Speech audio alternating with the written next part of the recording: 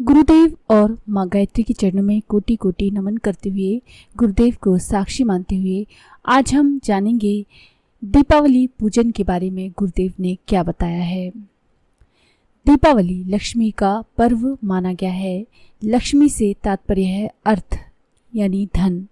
ये अर्थ का पर्व है। दीपावली पर हम अपनी आर्थिक स्थिति का लेखा जोखा लेते हैं, उसका चिट्ठा बनाते हैं, लाभ हानि पर विचार करते हैं, सोचते हैं कि हमने क्या लाभ पाया और क्या हानि हुई।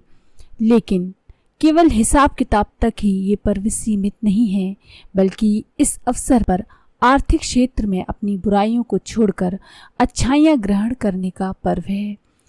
अर्थ अर्थात लक्ष्मी जीवन की साधना का, विकास की ओर बढ़ने का सहारा है।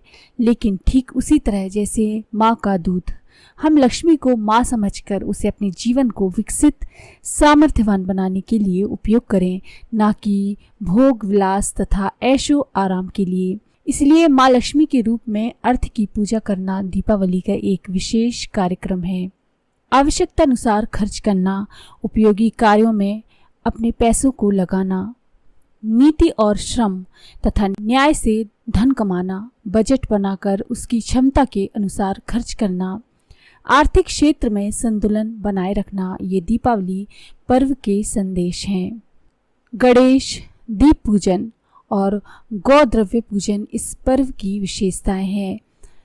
इनसे तात्पर्य ये है कि धन की अधिष्ठात्री देवी लक्ष्मी का अर्थात अर्थ का सद्बुद्धि, ज्ञान, प्रकाश और परमार्थिक कार्यों में विरोध नहीं होना चाहिए, वरन अर्थ का सद्बुद्धि, ज्ञान, प्रकाश और परमार्थिक यानी दूसरों की भलाई में उपयोग करना चाहिए।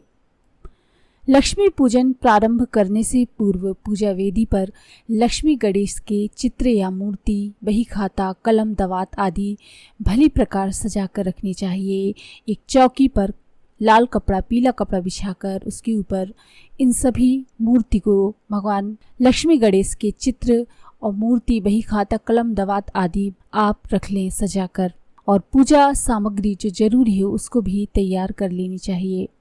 वैसे तो सभी पर्व सामूहिक रूप से मनाए जाते हैं, परंतु पूजन के लिए किसी प्रतिनिधि को पूजा चौकी के पास बिठाना पड़ता है।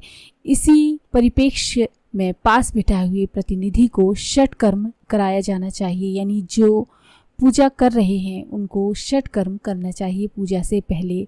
अन्य उपस्थित परिजनों का सामूहिक सिंचन से भी काम चलाया जा सकता है, यानी थोड़ा सा जल सब लोग लेकर अपने ऊपर गायत्री मंत्र लेकर छिड़क लें।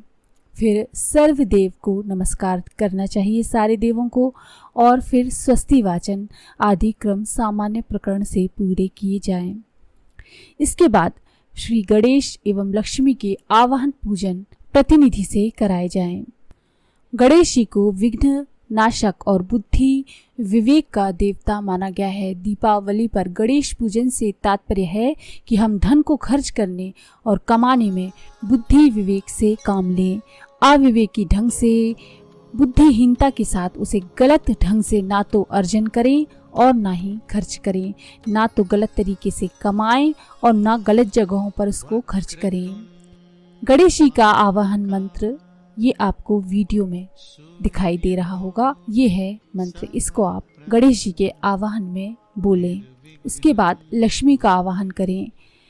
लक्ष्मी को विष्णु भगवान की पत्नी अर्थात जगन माता माना गया है। जीवन को भली प्रकार विकसित होने में अर्थ प्रधान साधनों की महती आवश्यकता होती है, लेकिन स्मरण रहे हम इनका उपयोग माता की तरह ही करें। जिस तरह माता का दूध पीकर हम जीवन धारण करने एवं भूख बुझाने के लिए करते हैं, उसी तरह धन आदि साधनों का सदुपयोग करें। इस बात को हृदय में धारण करने के लिए दीपावली पर महालक्ष्मी का पूजन किया जाता है। निम्न मंत्रों से आप माँ लक्ष्मी का भाव भरा आवाहन करें। ओम महालक्ष्मी च विद्महे विष्णु प्रियाय धीमहि तन्नो लक्ष्मी प्रचोदयात्। और उसके बाद ये स्क्रीन पर आपको ये मंत्र, आवाहन मंत्र दिख रहा है। इसके बाद आप बही खाते एवं कलम दवात का पूजन करें। बही बजट बनाने एवं हिसाब रखने का साधन है, आय व्यय को बताने वाली है।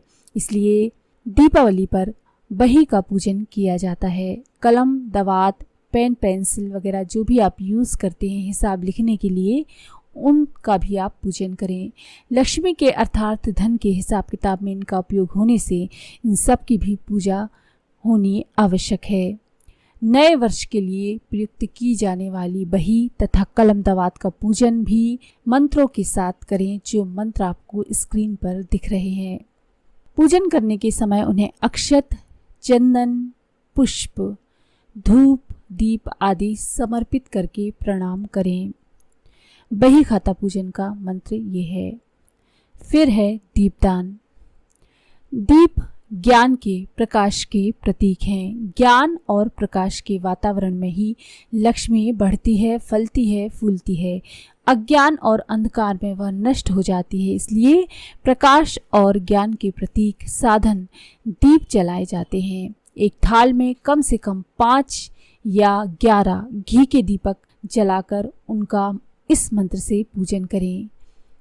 उसके बाद दीपावली के रूप में जितने चाहे उतने दीपक आप तेल के जलाकर अलग अलग अपने घर में स्थानों पर रख सकते हैं।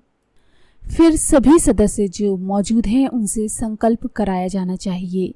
वही संकल्प के पुष्प और अक्षत, पुष्पांजलि मंत्र बोलते हुए पूजा की चौकी पर चढ़ाते हुए क्रम समाप्त कर देना चाहिए। संकल्प का मंत्र आपको स्क्रीन पर दिख रहा है। जब हम कोई भी पर्व मनाते हैं तो उसके साथ में गायत्री यज्ञ अवश्य जोड़कर रखना चाहिए। उससे स्थूल तथा सूक्ष्म वातावरण में जो प्रभाव पैदा होता है वह अन्य प्रकार संभव नहीं होता।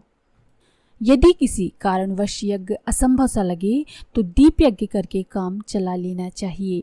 और यदि यज्ञ करना हो तो आप छोटे से हवन कुंड में दीपावली की पूजा में या तो मिट्टी का हवन कुंड ले लें या फिर तांबे का, और उसमें आप छोटे रूप में भी हवन कर सकते हैं। यदि यज्ञ करने की, हवन करने की स्थिति नहीं है तो सजाई हुई चौकियों पर थालियों में दीप यज्ञ के लिए 24 दीपक रखे जाने चाहिए। संकल्प लेने के बाद हाथ में जो अक्षत आपने लिए हैं, आप सभी सदस्यों ने उन सबको भगवान को अर्पण, माँ लक्ष्मी और गणेश जी और सभी भगवान को अर्पण कर देना चाहिए और उसके बाद आरती कर लेनी चाहिए। तो इस तरह से आप घर में भी दीपावली का पूजन बिना पंडित के कर सकते हैं, गुरुदेव के द्वारा बताई हुई इस विधि से। तो अगर आपको ये जानकारी पसंद आई हो तो प्लीज़ लाइक करें, शेयर करें, सब्सक्राइब करें मंत्र सिद्धि चैनल को। धन्यवाद।